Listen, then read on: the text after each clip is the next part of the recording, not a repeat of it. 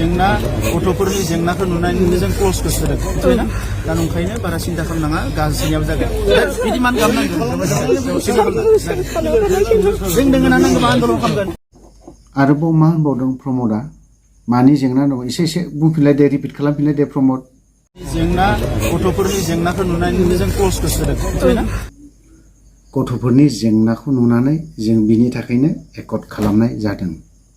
बेखिनि खोथाखौ बुंदों तो हेलो लोगोफोर आंनि अफ्रि दैमारि चेनेलाव नोंथांमोनखौ आरोबाव खनसे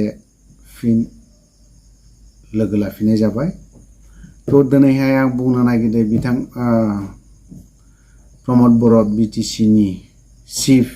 बिथाङा मा होनदोंमोन सरकारि जेसेबां बर' एलपि स्कुल प्रभिन्सियेलाइज खालामनायनि आरोबाव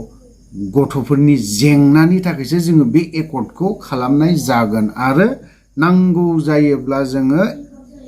आन्दलन खालामफिनगोन होननानै बुंदों थिग खोथाया दिनै आन्दलन खालामनायनि सिगां नोंथाङा हायोब्ला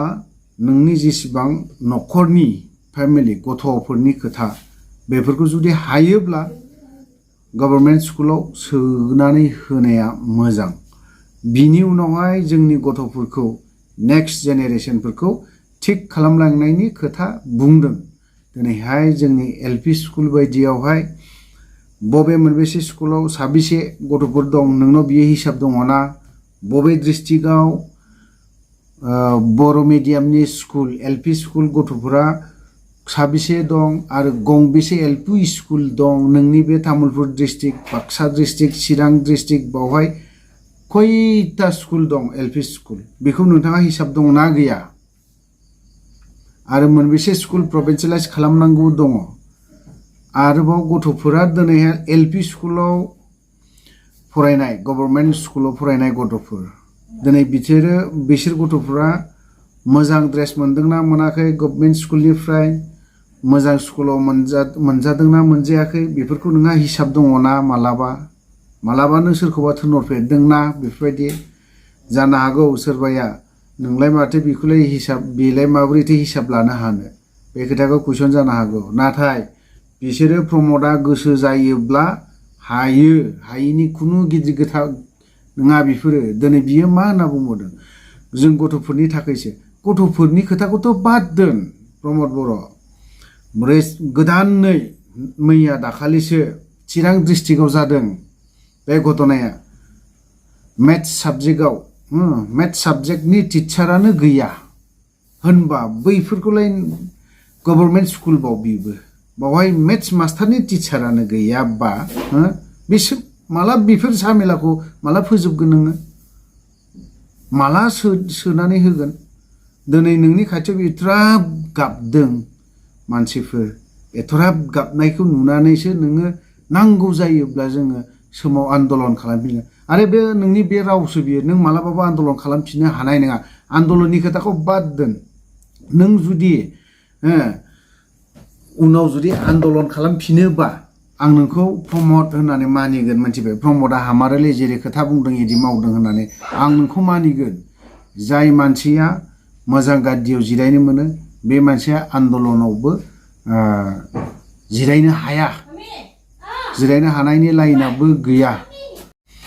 जेरैबायदि NDFBआ खनसे सिजफायार लानानै हाग्रायाव थांफिनलायनायनि खोथा गोबां रायलायफिनदोंमोन गोबां बार रायलायदों हाग्रायाव खारफिननायनि जेला सिजफायाराव एग्रिमेन्ट जाया इन्डिया गभर्नमेन्टजों NDFBजों सावरायनायाव जादुआ जादोंमोन थांफिननायनि मानायनि थांफिनगोन थांफिना बिनि गोबां सावरायलायनाय जादों किन्तु सिजफायारखौ बोखांफिननो हायाखै जाया सिजफायाराव फैजेनदों जेरैबायदि NLFB बिथांमोना सिजफायाराव दङ बिथांमोना थांफिननो हानायनि राहा लामाया गैखाया आरो NDFBनियावबो सिजफायार फैनानै थांफिननो हायाखै होनबा नोङो माबे जायगायाव थानानै नोङो आन्दलनखौ सोमावसारफिनगोन माब्ला खालामगोन नोङो एफाराब बिदि सोमावसारफिननायनि आन्दलन खालामनायनि खोथाखौथ' बाद दोन नोङो जेसेबां दाखालि मोनसे निउसाव नुदों बर'लेण्ड रादाब आर'नाइ रादाब गोबां निउसावनो नुजोबदों दिनैहाय चिरां डिस्ट्रिक्टआव मेथ्सनि टिचार गैयिनिनो क्लास लानो मोनाखै बिनि बेसेबां आन्दलन जादों मा अबस्था जादों बेफोरखौ फुरा खालामजोबनानै होग्रो फिलआप खालामजोबनानै हो मेथ्सनि टिचार गैया होनानै हो बावहाय क्लास लानो मोनाखैनो क्लासबो गैया दिनै बियो डाइरेक्टनो एग्जामाव जिरायहैनांगौ बावहाय मोनहैयो बेसेबां मार्कआ बेसेबां मोनहैयो 1 2 3 बिदिल' मोनहैयो होमबा बेसेबां खुद्रिनायखौ नुदों बावहाय जाहाथे बेफोरो थिग जायो नोंथाङा दिनै आबसुनिफ्राय नोंथाङाबो फैनाय मानसि हिसाबै दिनै जोंनि एलपि स्कुल बेफोर स्ट्रं जाजोबनांगौ मोजां जाजोबनांगौ दिनै दिल्ली बिदि आम आदमी पार्टिया दिनै मा खालामदों दिल्लीयावहाय अरविन्द केजरीवाल ना मा होननानै बुङो स्पष्ट जाजोबाखै बिनि थाखाय क्षमा बियो आं नोंसोरनाव बावहाय दिल्ली बायदियावहाय आम आदमी पार्टिया प्राइभेट स्कुलाव फरायनाय गथ'फोरा 4 लाखनिबो बारा प्राइभेटआव फरायनाय गथ'फोर बिसोरखौ गभर्नमेन्टआवसो सोफिननानै होजोबदों होनबा जोंनि बे आसामाव मानो हाया जोंनि बिटिसिआव मानो हाया नोंनोथ' दिनैहाय सानसे समाव आबसुनि जानानै गोबां सोमावसारदोंमोन बेफोरथ' बिराद मोजां जाफुंनांगौना खायफा बे खोथाखौ बुङोब्ला बोसोरनै बोसोरथामल'सो जादों बावहायलाय मा मावनो हानो नंगौब्रा जोंबो बेखौ मानिदों बोसोरनै बोसोरथामाव मावफुंजोबनो हाया थेवबोथ' बेफोरथ' स्टेपआ दासिमबो जानांगौना ओंखारनांसिगौना बबेबा एलपि स्कुलफोरा बिराद स्ट्रिक्ट जानांसिगौ मानोथो दिनै गभर्नमेन्ट स्कुलावलाय दिल्ली बायदियाव 4 लाखनिबो बारा एडमिसन जादों बिसोरना जाया गभर्नमेन्ट स्कुलाव फरायदों बेफोरनि मायाबा फ्रिसो होननानै बुंबावदों सोखागोन बिसोरो दिनै जोंनि जायगायावहाय मोनसे एलपि स्कुलाव ड्रेस मोजां गैया जुथा मोजां गैया टाइ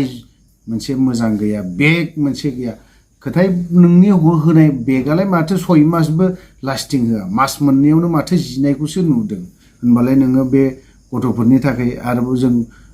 खामानि मावगोन होननांगौ माला मावबावगोन दानोना नोंनि खामानि मावनांगौआ आरो माब्लाथो मावबावगोन थ' गोबां खोथा बुंला बेखिनियावनो दोनथ'नाय जाबाय जय बर' हारिनि